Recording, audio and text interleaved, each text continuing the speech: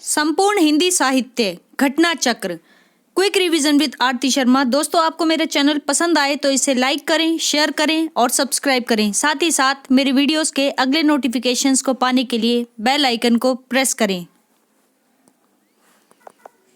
दोस्तों, घटना चक्र में दिए हुए सभी प्रश्नों को हम क्रमवार पढ़ेंगे, लेकिन ध्यान रखेंगे कि जो प्रश्न बार बार रिपीट हो रहे हैं उनको सिर्फ हम एक बार करेंगे। ठीक है, तो चलिए शुरू करते हैं। तो चलिए दोस्तों, हम शुरू करेंगे हिंदी साहित्य का इतिहास। ठीक है, हिंदी साहित्य के इतिहास से संबंधित जो भी प्रश्न हैं अब पहले हम उन्हें देखेंगे। ठीक है, देखते हैं दोस्तों प्रश्नों को। प्रश्न है, हिंदी साहित्य के इतिहास लेखन की परंपरा का सूत्रपात किसने किया? तो दोस्तों, इसका सही उत्तर है बी, गारसा दा तासी ने। गारसा दा तासी ने हिंदी साहित्य के इतिहास लेखन की परंपरा का सूत्रपात किया। ठीक है, ऑप्शन बी। ठीक है, ध्यान रखिए दोस्तों। अगला प्रश्न है, हिंदी साहित्य के इतिहास लेखन का सर्वप्रथम प्रयास किसने किया? तो इसका सही उत्तर है सी, गारसा दा तासी। गारसा दा तासी ने हिंदी साहित्य के इतिहास लेखन का सर्वप्रथम प्रयास किया। अगला प्रश्न है दोस्तों, हिंदी साहित्य के इतिहास का लेखन सर्वप्रथम किस भाषा में हुआ? तो दोस्तों, हिंदी साहित्य के इतिहास का लेखन सबसे पहले फ्रेंच भाषा में हुआ। Option second. ठीक है, ध्यान रखिए, फ्रेंच भाषा। अगला प्रश्न है, काल क्रमानुसार लिखा गया हिंदी साहित्य का प्रथम इतिहास ग्रंथ कौन सा है? तो दोस्तों, ऑप्शन डी इसका सही उत्तर है the modern vernacular literature of Hindustan. The modern vernacular literature of Hindustan, ये काल क्रमानुसार लिखा गया हिंदी साहित्य का पहला इतिहास है। ठीक है, अगला प्रश्न देखिए, इस्तवार द ला लिटरेट्यूर एंड्यूई ए हिंदुस्तानी। फिर से सुनिए, इस्तवार द ला लिटरेट्यूर एंड्यूई ए हिंदुस्तानी नामक हिंदी साहित्य के इतिहास ग्रंथ के लेखक का क्या नाम है? तो दोस्तों, इसके लेखक का नाम है ऑप्शन ए, गारसा दा तासी। गारसा दा तासी का इतिहास ग्रंथ है इस्तवार द ला लिटरेट्यूर एंड्यूई ए हिंदुस्तानी। ठीक है, अगला प्रश्न है, हिंदी का प्रथम व्याकरण लिखने वाले विद्वान कौन है? तो दोस्तों, जोहन जोसुआ कैटलर यानी ऑप्शन ए इसका सही उत्तर है। पूरा नाम है जॉन जोसुआ कैटलर। ठीक है, इन्होंने हिंदी का पहला व्याकरण लिखा। ठीक है, ध्यान रखिए। अगला प्रश्न है दोस्तों, हिंदी साहित्य के इतिहास को व्यवस्थित रूप देने का श्रेय किसको है? तो यानी कि इसका सही उत्तर है ऑप्शन बी, आचार्य रामचंद्र शुक्ल। आचार्य रामचंद्र शुक्ल को हिंदी साहित्य के इतिहास को व्यवस्थित रूप देने का श्रेय दिया गया है। ठीक है,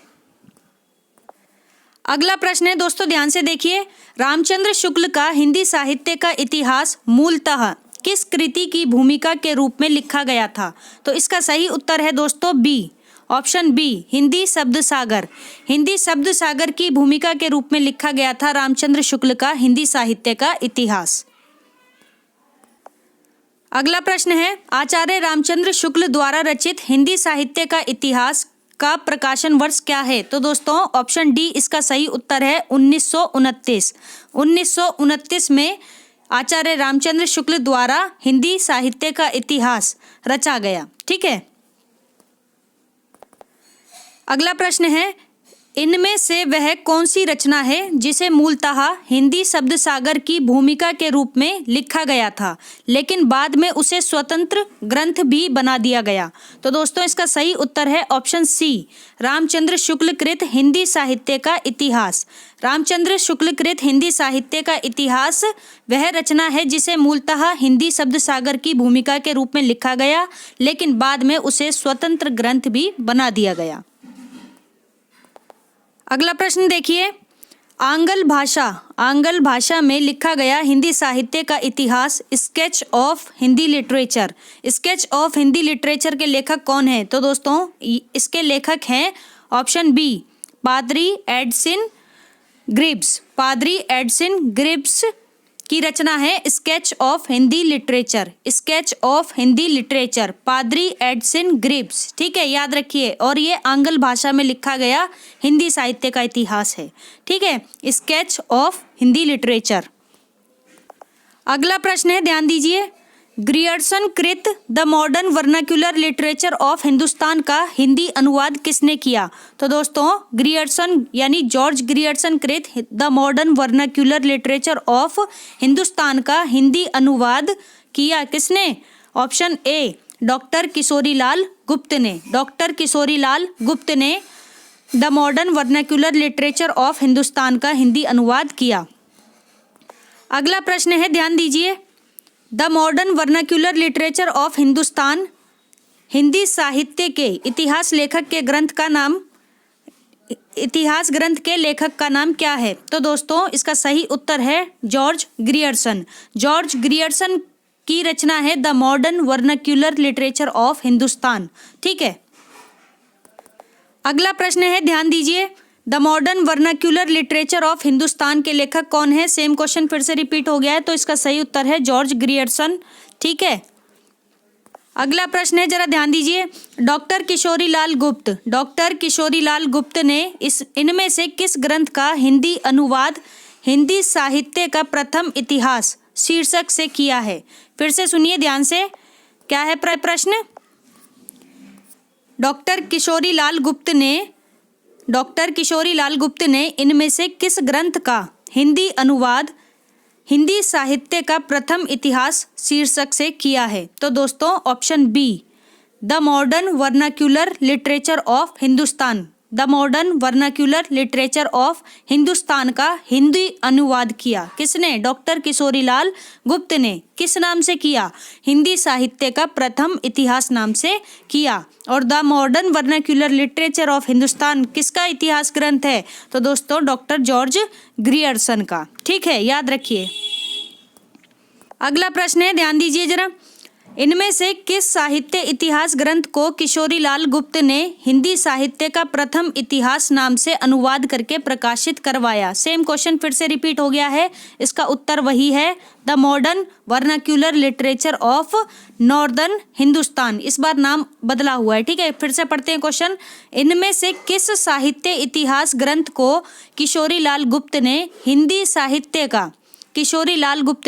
साहित्य का प्रथम इतिहास नाम से अनुवाद करके प्रकाशित करवाया? तो दोस्तों the modern vernacular literature of northern Hindustan को। ठीक है, ध्यान रखिए। अगला प्रश्न है दोस्तों ध्यान से देखिए, किस लेखक के इतिहास ग्रंथ में सर्वप्रथम हिंदी साहित्य का काल विभाजन मिलता है? तो दोस्तों सबसे पहले जो काल विभाजन मिलता है वो मिलता है जॉर्ज ग्रियर्सन के इतिहास में। ठीक है, the modern vernacular literature of Hindustan. ठीक है, ध्यान रखिए, क्या मिलता है? इतिहास ग्रंथ में सर्वप्रथम हिंदी साहित्य का काल विभाजन पूछा जा रहा है सबसे पहले किसके इतिहास ग्रंथ में? तो जॉर्ज ग्रियर्सन के इतिहास ग्रंथ में मिलता है। अगला प्रश्न देखिए, किस साहित्य इतिहास के लेखक ने काल विभाजन में कवियों के नाम का सर्वाधिक उपयोग किया है? तो दोस्तों ऑप्शन ए मिश्र बंधु ने काल विभाजन में कवियों के नाम का सर्वाधिक उपयोग किया है। ठीक है, काल विभाजन में सर्वाधिक यानी सबसे ज्यादा जो कवियों के नाम का इस्तेमाल किया है वो किसने किया है? मिश्र बंधु ने। ठीक है, ध्यान रखिए, कितने कवियों को स्थान दिया है? 5000 कवियों को स्थान दिया है इन्होंने अपने साहित्य इतिहास लेखन परंपरा में। ठीक है, काल विभाजन की परंपरा में, ध्यान से देखिए, मिश्र बंधु विनोद नामक हिंदी साहित्य के इतिहास लेखकों के नाम क्या हैं? तो दोस्तों इसका सही ऑप्शन है बी। ठीक है, ऑप्शन बी, ध्यान से सुनिए, गणेश बिहारी मिश्र, श्याम बिहारी मिश्र और सुखदेव बिहारी मिश्र।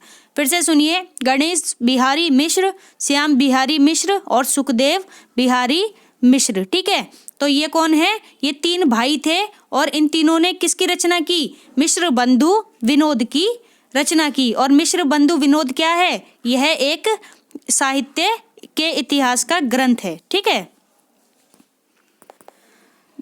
अगला प्रश्न है मिश्र बंधु विनोद का चौथा भाग, ध्यान से सुनिए, चौथा भाग कब प्रकाशित हुआ?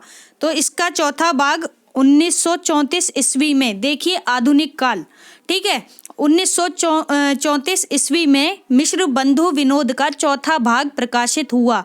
सन 1934 ईस्वी, ध्यान रखिए। ठीक है, अगला प्रश्न है मिश्र बंधु विनोद कितने भागों में प्रकाशित हुआ? तो दोस्तों मिश्र बंधु विनोद 4 भागों में प्रकाशित हुआ। ऑप्शन बी इसका सही उत्तर है, 4 भागों में प्रकाशित हुआ मिश्र बंधु विनोद। ठीक है, अगला प्रश्न है मिश्र बंधुओं ने परिवर्तन काल की समय सीमा क्या निर्धारित की है? तो दोस्तों मिश्र बंधुओं ने परिवर्तन काल की समय सीमा निर्धारित की है संवत 1890, संवत 1890 यानी विक्रम संवत 1890, ऐसे पढ़िए इसको, और तब से विक्रम संवत 1925 तक। ठीक है, फिर से सुनिए, 1890 विक्रम संवत से लेकर 1925 विक्रम संवत तक। ठीक है, परिवर्तन काल की समय सीमा मानी है किसने? मिश्र बंधुओं ने। ठीक है,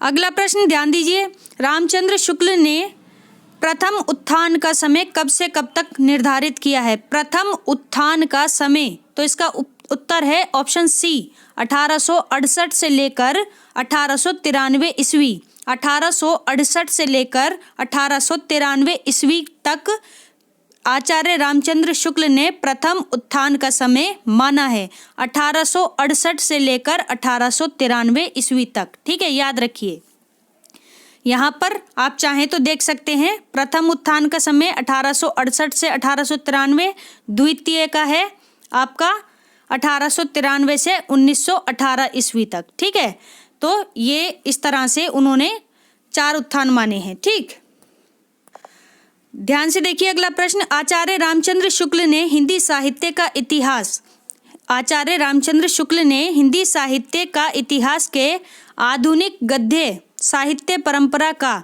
प्रवर्तन के अंतर्गत प्रथम उत्थान की कालावधि क्या निर्धारित की है? प्रथम उत्थान की कालावधि निर्धारित की है रामचंद्र शुक्ल ने, क्या? ऑप्शन बी, संवत 1925 से लेकर 1950 विक्रमी तक, यानी विक्रम संवत 1925 से लेकर 1950 तक। ठीक है, इस तरह से उन्होंने प्रथम उत्थान की काला अवधि मानी है। ठीक है, अगर आप इसमें से 57 वर्ष अगर घटा देंगे तो जो इससे पहले हमने प्रश्न किया है वो काला अवधि निकल आएगी। तो दोनों में से कोई सा भी समय दिया जाए आप बिल्कुल भी घबराएंगे नहीं। ठीक है, चीज़ों को समझिए कि किस तरह से चीज़ें आपसे पूछी जा रही हैं। अगला प्रश्न है, आचार्य रामचंद्र शुक्ल ने द्वितीय उत्थान का समय कब से कब तक माना है? तो दोस्तों आचार्य रामचंद्र शुक्ल ने द्वितीय उत्थान का समय माना है 1893 से 1918 ईस्वी। कितना? 1893 से 1918 ईस्वी। ठीक है, ध्यान से देखिए, 1893 से 1918 ईस्वी रामचंद्र शुक्ल ने द्वितीय उत्थान का समय माना है। अगला प्रश्न है, ध्यान से देखिए, नागरी प्रचारिणी सभा की स्थापना कब हुई? तो दोस्तों नागरी प्रचारिणी सभा की स्थापना कब हुई? ऑप्शन डी, 1893 ईस्वी में। 1893 ईस्वी में श्याम सुंदर दास ने नागरी प्रचारिणी सभा की स्थापना की थी। किसने की थी? श्याम सुंदर दास ने की थी। ठीक है, और इसमें क्या कहा गया था कि नागरी प्रचारिणी सभा हिंदी भाषा और साहित्य तथा देवनागरी लिपि की उन्नति एवं प्रचार और प्रसार करने वाली भारत की अग्रणी संस्था है। ठीक है,